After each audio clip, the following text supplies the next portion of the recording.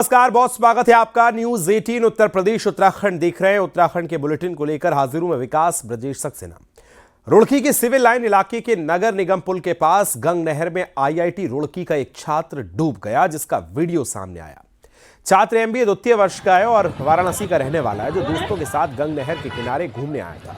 बताया जा रहा है कि छात्र का पैर अचानक फिसल गया, जिससे वो गंग नहर में डूब गया। छात्रों के शोर मचाने के बावजूद भी अपने दोस्त को वो नहीं बचा पाया। छात्र गंग नहर की तेज बहाव में बह गया। पुलिस का कहना है कि गंग नहर में सर्च अभियान जारी है और छात्र के परिजन को सूचना दे दी गई है।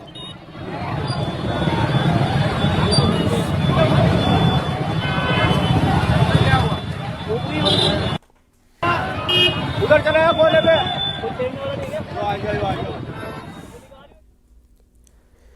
राजधानी देहरादून में हुए मर्डर के बाद सीएम पुष्कर सिंह धामी बुधवार शाम मुख्यमंत्री आवास में प्रदेश की कानून व्यवस्था की समीक्षा बैठक ली।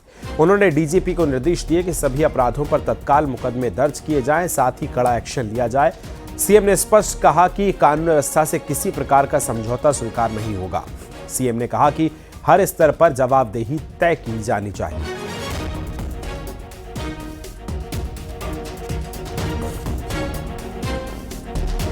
देहरादून के तिब्बती मार्केट में गैस एजेंसी संचालक अर्जुन शर्मा की गोली मारकर हत्या कर दी। अर्जुन को कई बार धमकी मिल चुकी थी, जिसकी शिकायत पुलिस में की जा चुकी है, लेकिन पुलिस की कार्यशैली एक बार फिर से सवालों के घेरे में है।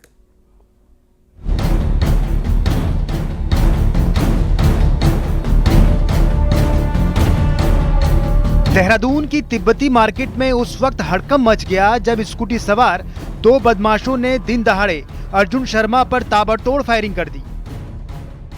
अर्जुन जीएमएस रोड पर गैस एजेंसी चलाते थे और हर रोज की तरह परेड ग्राउंड के बहुउद्देशीय हॉल में लॉन टेनिस खेलने पहुंचे थे।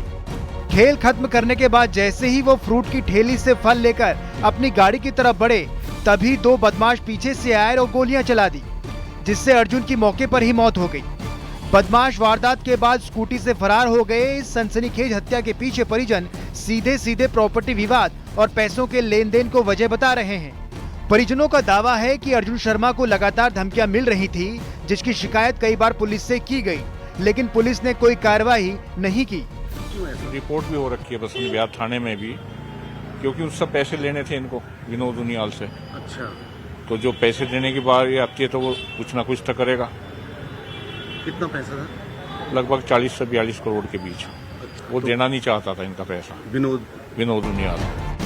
उधर पुलिस का कहना है कि मामले की गहराई से जांच की जा रही है। आईजी गढ़वाल ने आश्वासन दिया है कि आरोपियों की पहचान कर जल्द कार्रवाई होगी और किसी को भी बख्शा नहीं जाएगा। अर्जुन शर्मा नामक एक व्यक्ति थे, जिनको यहाँ पर अज्ञात हमलावरों ने उन पे हमला किया और उनको गोली लगी। इनको हमारी एफएसएल की टीम्स भी यहाँ पे विजिट करके चली गई हैं। हमने जितने भी एविडेंसेस हैं उसको हमने पिकअप कर लिया है और निश्चित तौर पे बहुत जल्दी हम इस घटना का हम खुलासा करेंगे। राजधानी देहरादून में दिन दहाड़े मार्केट में हत्याकांड से एक बार फिर से पुलिस के क्राइम कंट्रोल के दावों पर सवाल खड़े हो रहे हैं। ये तिब्बती मार्केट है, यहाँ पे काफी चहल पहल होती है, लेकिन जिस तरीके से ये घटना घटी उसके बाद सभी लोगों ने अपने शटर डाउन कर दिए। लोगों में कहीं ना कहीं डर का माहौल बना है कि किस तरीके से देहरादून में लगातार इस तरीके की घटनाएं घटी जा रही हैं, यानी कि एक के बाद एक घटना इस तरीके से सामने आ रही, जिससे कि कहीं ना कहीं पूरे देहरादून में डर का माहौल पैदा हो गया है। कैमरा सहयोगी दीपक उपाध्याय के साथ में सत्येंद्र बर्तवान, न्यूज 18 देहरादून। देहरादून से खबर, जहां धौलास जमीन मामले में सीएम धामी की सख्ती के बाद जमीन निरीक्षण के लिए प्रशासन की टीम पहुंची और निरीक्षण किया। प्रशासन की टीम में एडीएम और एसडीएम के साथ पटवारी पुलिस के साथ वन विभाग की टीम मौजूद रही। टीम ने पूरी जमीन की पैमाइश की और लाल झंडे लगाए। वहीं मौके पर कई प्लॉट होल्डर भी पहुंचे और टीएम के सामने अपनी बात रखी। प्लॉट होल्डरों ने बताया कि यहां पर तकरीबन 61-65 लोगों ने जमीन खरीदी है, जो सभी हिंदू हैं, और यहां एक महादेव रेजिडेंसी कॉलोनी बसाने की तैयारी थी। लेकिन लगातार हो रही कार्रवाई से अब जमीन खरीदारों को डर सता रहा है कि उनकी जमीन उनके हाथ से निकल ना जाए।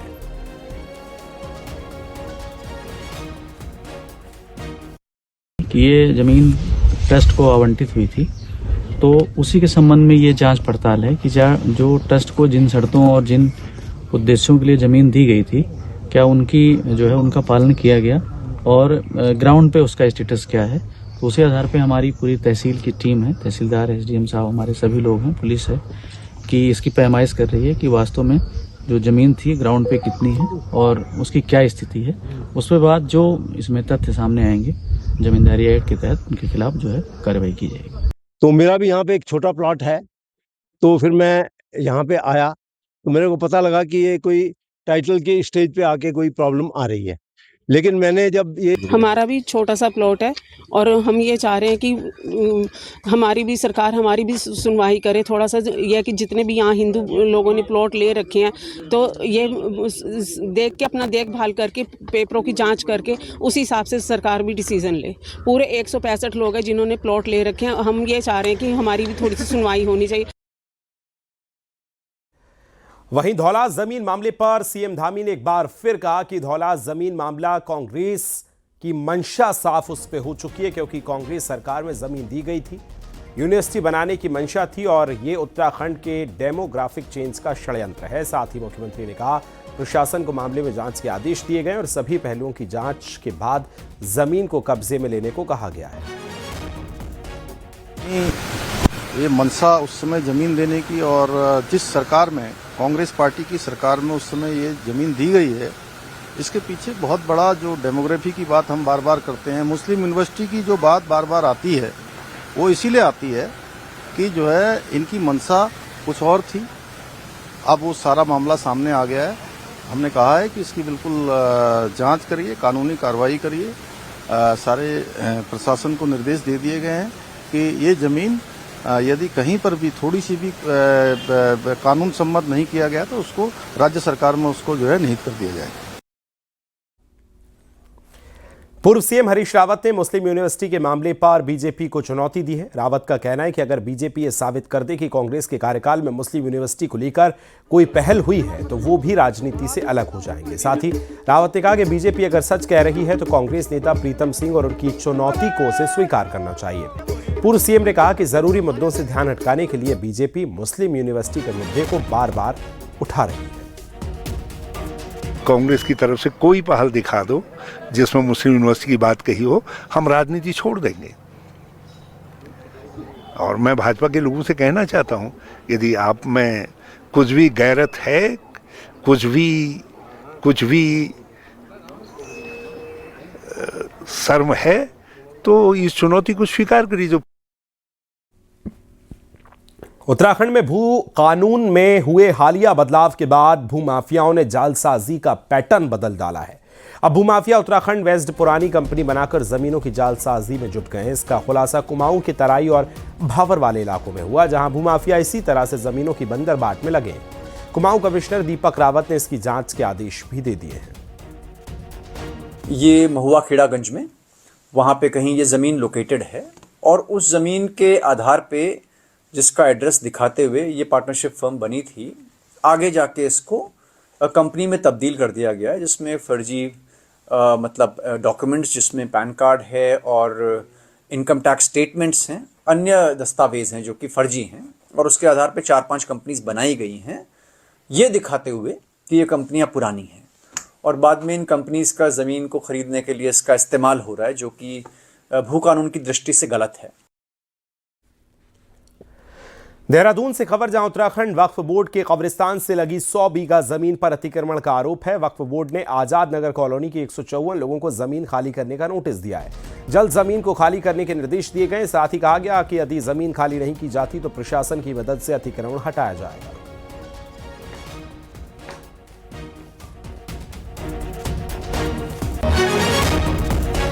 देहरादून सचिवालय में धामी कैबिनेट की अहम बैठक हुई। कैबिनेट ने एंटी नारकोटिक्स टास्क फोर्स को अलग से गठन करने पर मुहर लगाई।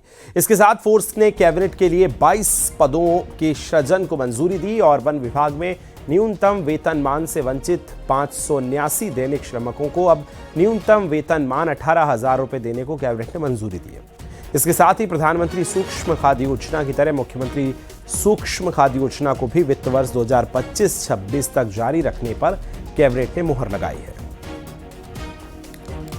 माननीय मंत्रिमंडल द्वारा यह सहमति दी गई है कि एंटी नारकोटिक्स टास्क फोर्स के 22 पद इसमें सृजित किए जाएं। पूरे प्रदेश में एक मुख्यमंत्री सूक्ष्म खाद्य और उन्नयन योजना भी शुरू की गई थी। हमारी जो PMFME है उसमें 35% सब्सिडी मिलती थी और अधिकतम 10 लाख रुपए तक, और मुख्यमंत्री सूक्ष्म खाद्य उन्नयन योजना में 25% तक सब्सिडी मिलती थी 5 लाख रुपए तक। तो आज ये निर्णय लिया गया है कि जब तक ये PMFME की योजना है 2025-26 तक, तब तक CMFME की योजना को भी जारी रखा जाए।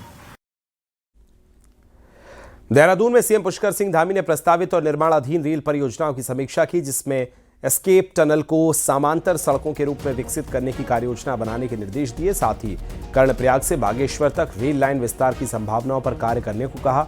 सीएम ने टनकपुर बागेश्वर रेल लाइन परियोजना को गति देने वैकल्पिक मार्गों पर विचार करने को भी कहा है।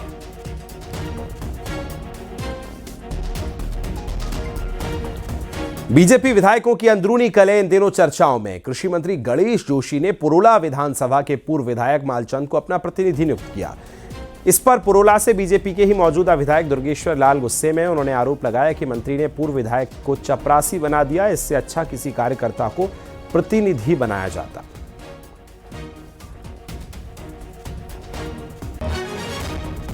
लेकिन अब पूर्व विधायक जी को जो है दो बार के विधायक जी रहे हैं, उनको जो अपना प्रतिनिधि मतलब एक तरीके से ये कह लीजिए एक चपरासी बनाया है, तो ये बात थोड़ी हजम नहीं होती है। तो शायद विधायक जी को अपने आप जो है खुद खंडन कर देना चाहिए कि मुझे जो है मैं 2 बार का विधायक हूँ।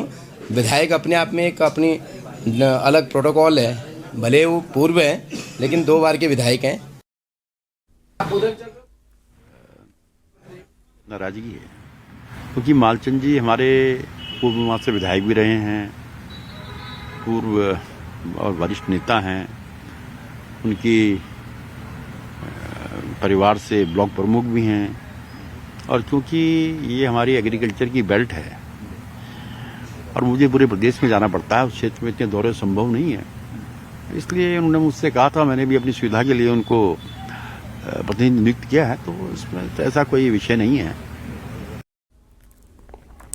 बीजेपी के सदस्यता अभियान को लेकर दिए टारगेट में विधायक और मंत्री कितने लोगों को जोड़ सकें, पार्टी संगठन अब इसका आकलन कर रही है, क्योंकि बीजेपी में टिकट बंटवारे का आधार पार्टी में सक्रियता को भी देखा जाएगा। एक रिपोर्ट आपको दिखाते हैं।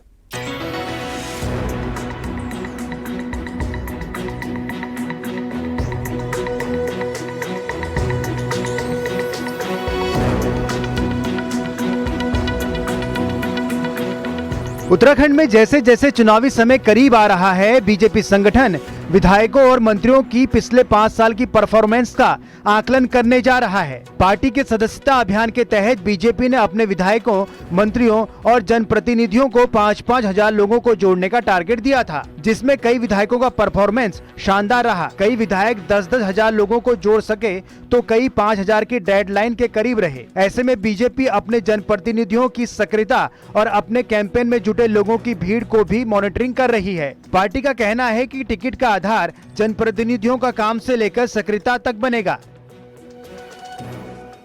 प्रत्येक विधायक को प्राथमिक सदस्य बनाने का एक लक्ष्य दिया गया था और अपने अपने स्तर से सभी विधायकों ने उस लक्ष्य को प्राप्त भी किया है।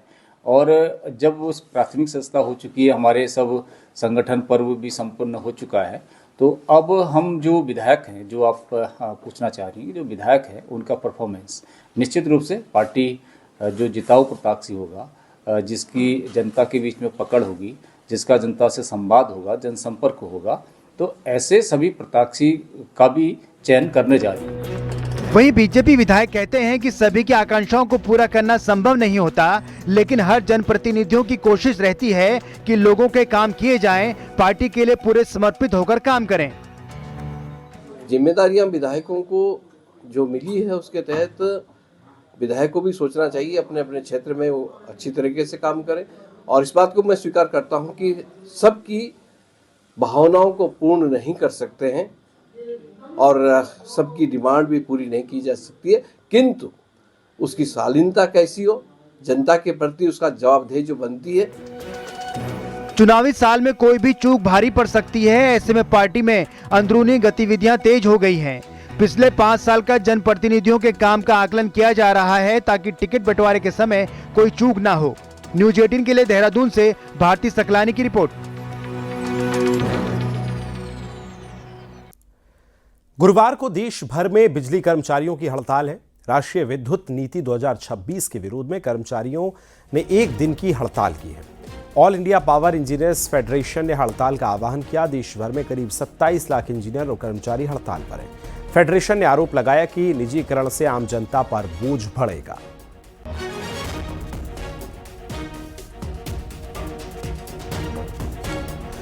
काशीपुर में क्रिकेटर विराट कोहली के coach Rajkumar Sharma cricket academy पहुंचे। उनके आने पर खिलाड़ियों, क्रिकेट प्रेमियों में खासा उत्साह देखने को मिला। इस दौरान राजकुमार शर्मा ने बताया कि क्रिकेट एकेडमी उन्होंने करीब 2 वर्ष पहले शुरू की थी, जिसका उद्देश्य क्षेत्र के प्रतिभाशाली खिलाड़ियों को बेहतर ट्रेनिंग और सही मंच देना है।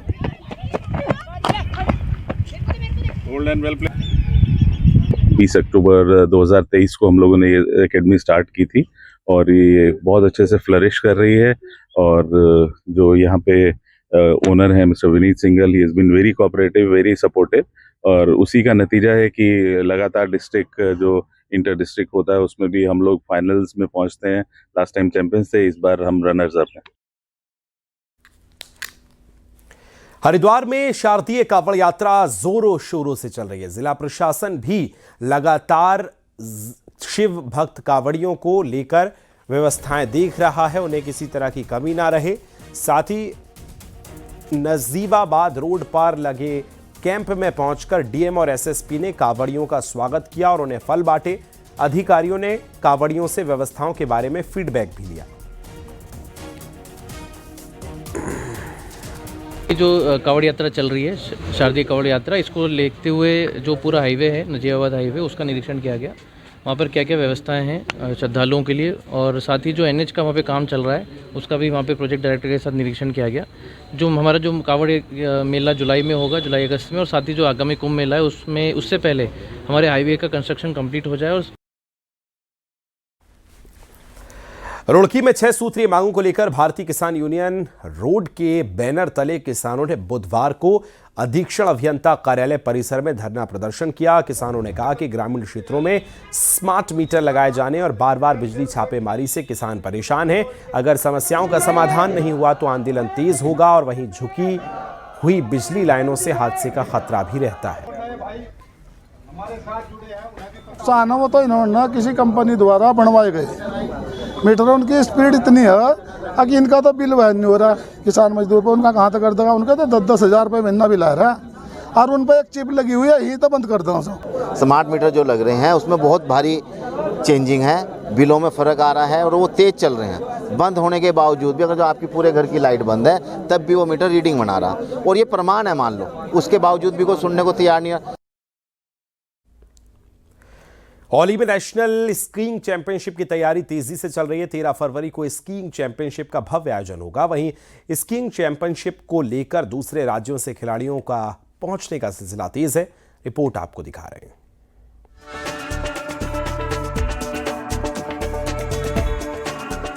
औली के बर्फीले ढलान एक बार फिर रोमांच के लिए तैयार हैं। 13 फरवरी से यहां नेशनल स्कीइंग चैंपियनशिप और विंटर कार्निवल का भव्य आयोजन होने जा रहा है।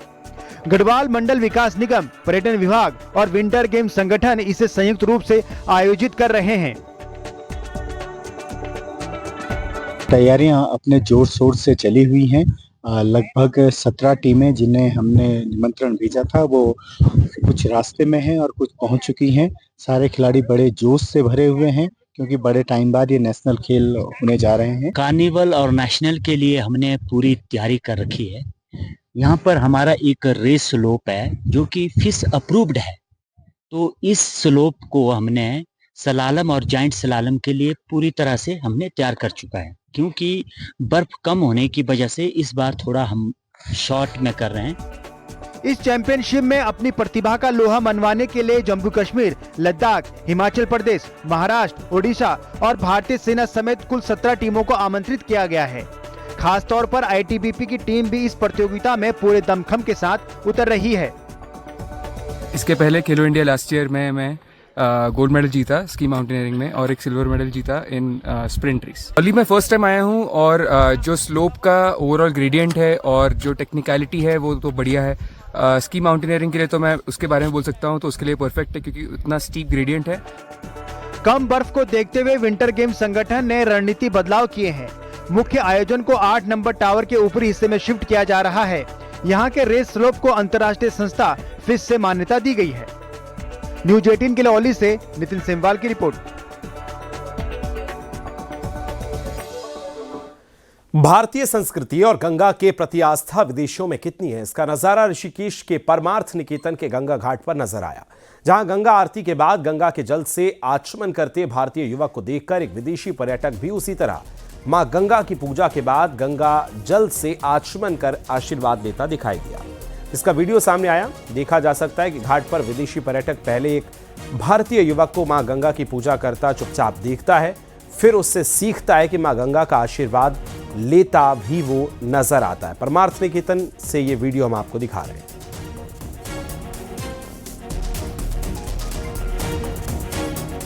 तस्वीरें आपको दिखा रहे हैं परमार्थ निकेतन पर संभवतः गंगा आरती के बाद का दृश्य, जहां एक युवक हिंदुस्तानी प्रणाम करता है गंगा मां को और उसके बाद उनके जल को अपने सिर पर डालता है। ठीक वैसे ही विदेशी नागरिक पहले उसको देखता है, समझता है और फिर वो भी बड़े उत्साह के साथ अपने ऊपर गंगा जल डालता है। फिर उस युवक को नमस्कार भी वो करता है।